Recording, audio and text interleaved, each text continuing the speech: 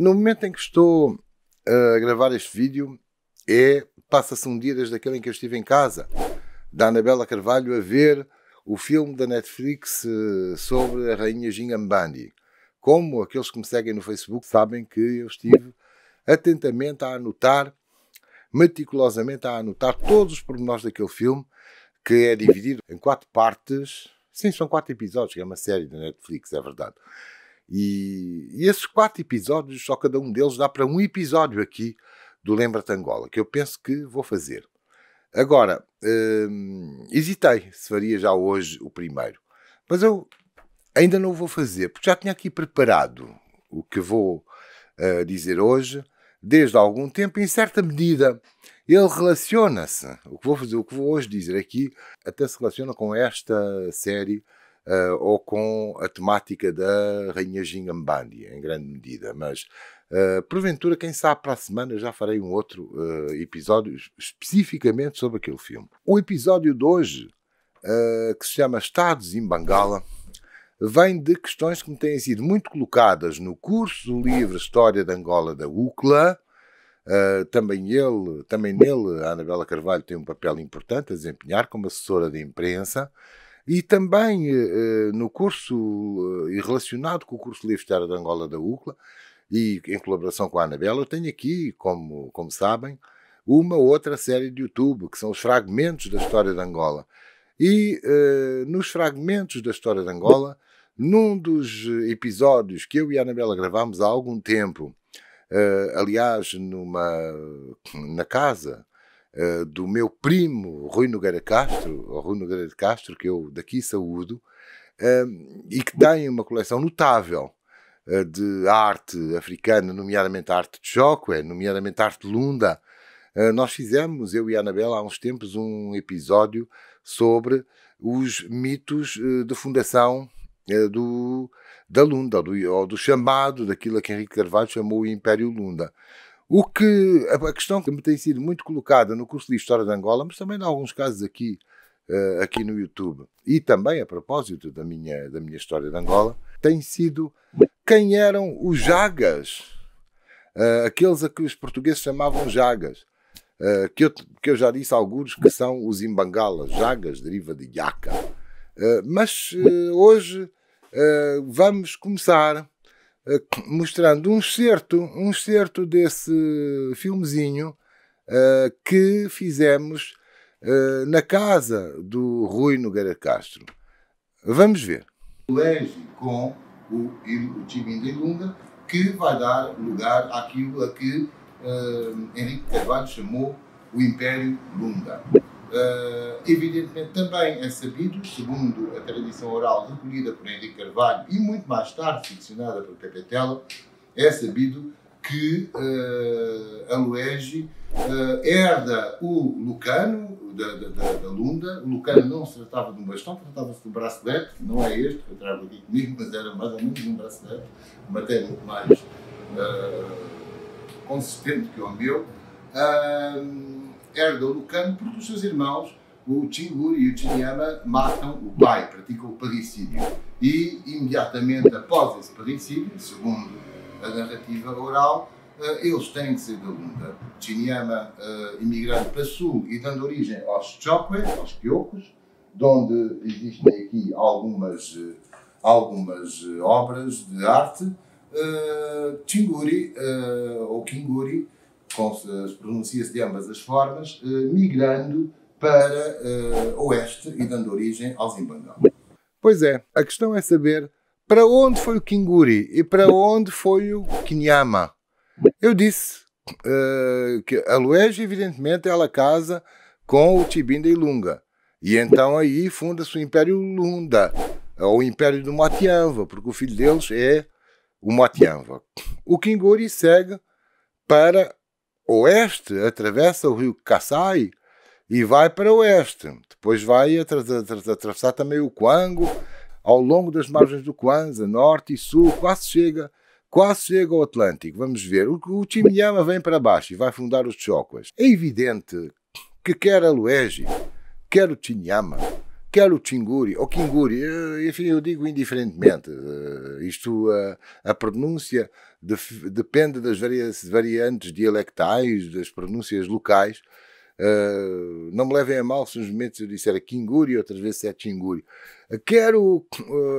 Estamos a falar de linhagens, não estamos a falar de personagens, não estamos a falar de pessoas. O Kinguri é um conjunto de linhagens, que é o que vamos falar hoje, assim como o Kinyama também o é, mas o Kinguri é um conjunto de personagens que avança ao longo de séculos, supõe-se que ao longo de 3 séculos. Aproximadamente entre o século XIII da era cristã e o século XVI da era cristã. Portanto, são, grosso modo, 300 anos. São conjuntos de linhagens e de povos que avançam desde do lado lá do rio Kassai, atravessando o rio Kwango, e esse conjunto de linhagens e de povos que vão congregando populações locais são designados no seu conjunto por Imbangala. O chefe, o cargo político supremo é designado por Kinguri. Ainda hoje é evidente que o Kinguri realmente é uma linhagem que foi parricida, matou uma outra linhagem anterior, como vimos no vídeo que eu fiz. Matou a linhagem do Conde Amatita, o suposto pai, não é? Que também é designado por outros nomes, que vão aparecer aqui. Kinguri é o título do chefe, do rei, ou Yaka Kinguri. Mas realmente o povo é o Zimbangala. O Zimbangala tem a característica de cortar com as linhagens. Aliás, as tradições orais, as histórias que foram passando de geração em geração, dizem que o Kinguri e os seus homens vão passando por populações, devastam as populações, vão incorporando pessoas nas suas fileiras, mas até matam crianças. Isto é simbólico, isto significa que rompem com a ideia de linhagem. E também se dedicam à antropofagia, mais uma simbolização ou uma simbologia da ruptura com a linhagem. E as cidades, eu chamo-lhe assim mesmo, podia chamar acortelamentos, podia chamar povoações, fundadas pelos Imbangala, são povoações fortificadas que são designadas por quilombo. Eu sei que quilombo mais tarde, do outro lado do Atlântico, no Brasil, vai adquirir uma outra conotação. Vai adquirir a conotação de escravos fugidos, ou de cidades ou lugares criados por antigos escravos ou antigos escravizados fugidos. Aqui em Angola não é exatamente isso. O quilombo são fortificações. Eu quero ver, eu quero ver, eu quero ver, eu quero ver. Quando o zumbi chegar, o que vai acontecer? E esse termo, quilombo, que não existe apenas no norte do Kwanza, mas também para sul do Planalto Central, também diz ser o Chilombo, aí com outra pronúncia, não é verdade? São povoações dos Imbangala. Imbangala, que insisto, cujos chefes, que têm títulos variados, seja Kinguri, seja Yaka Kinguri, os portugueses vão designar por Jagas, em geral. Antes de falar dos estados criados pelos Imbangala, convém dizer que estes Imbangalas tiveram várias dissidências. A mais conhecida, uma das mais conhecidas, registada pelo historiador norte-americano Joseph Miller, foi a dissidência do Culaxingo. Vamos falar um bocadinho dela, porque talvez seja essa a primeira com a qual os portugueses vão cruzar já junto ao Atlântico. Mas vejamos quais são os estados Imbangalas. Vejamos um mapa, aliás, reproduzido por Miller. Podemos reproduzir aquilo aqui com todo o pormenor de leste para oeste e dar-nos uma ideia, quer da migração ao longo de 300 anos, quer dos estados que essa mesma migração em Bangala, liderada pela tal figura do Kinguri, não é, vão fundar. Destacamos, tanto quanto conhecemos, eu vou destacar alguns dos estados em Bangala que no século XVII já estavam, ou não, criados. Aquele que nos é mais, que é mais evidente é o estado da Matamba. Vai aparecer aí no mapa.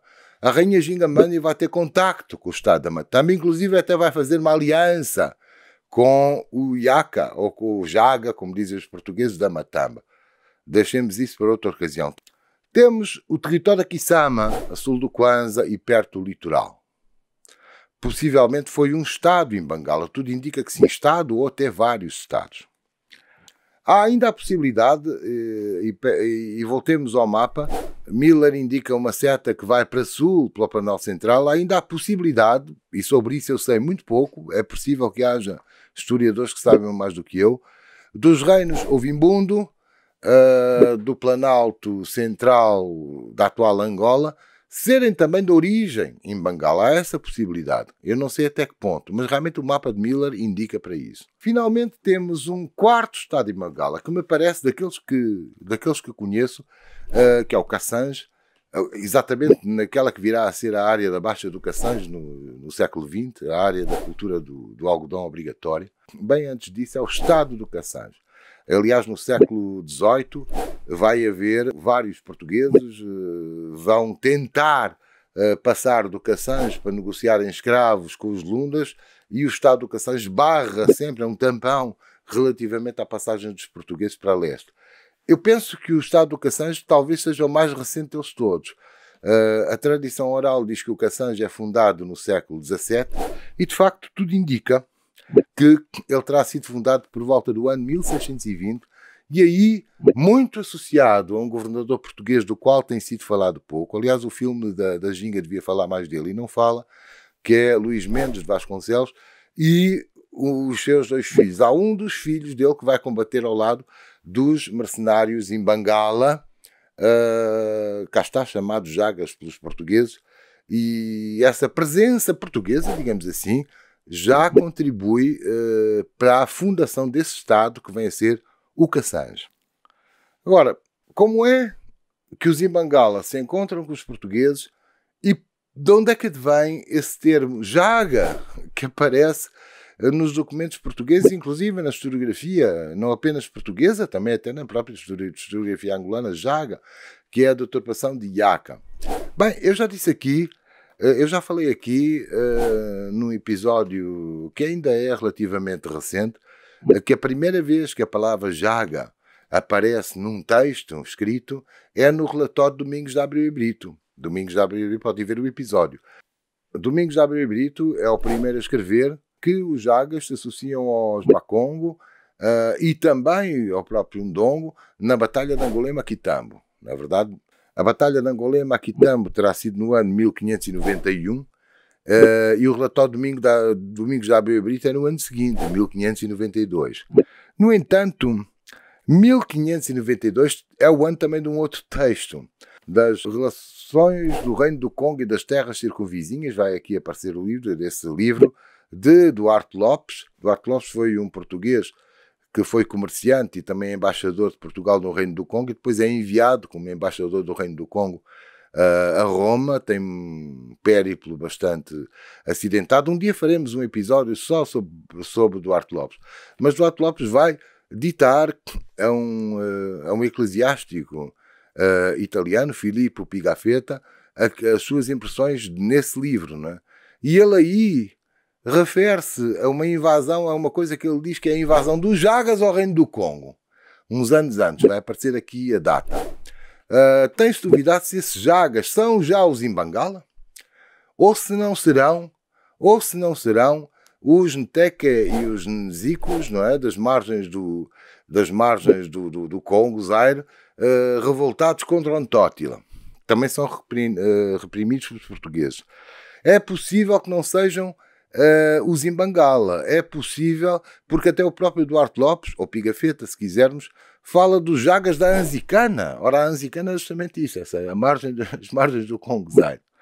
Em todo caso, seja como for, e no mesmíssimo ano em que Domingos de Abreu e Brito escreve o seu relatório, também Duarte Lopes e Pigafetta publicam o seu livro. Mas quem nos vai dar pistas escritas, portanto, já nem falo das orais, para os Yaka, ou Jagas, e assim os designa, é o inglês Andrew Battle. Como já tenho falado aqui, também sobre Andrew Battle farei, tal como para Duarte Lopes, um dia um episódio só para ele.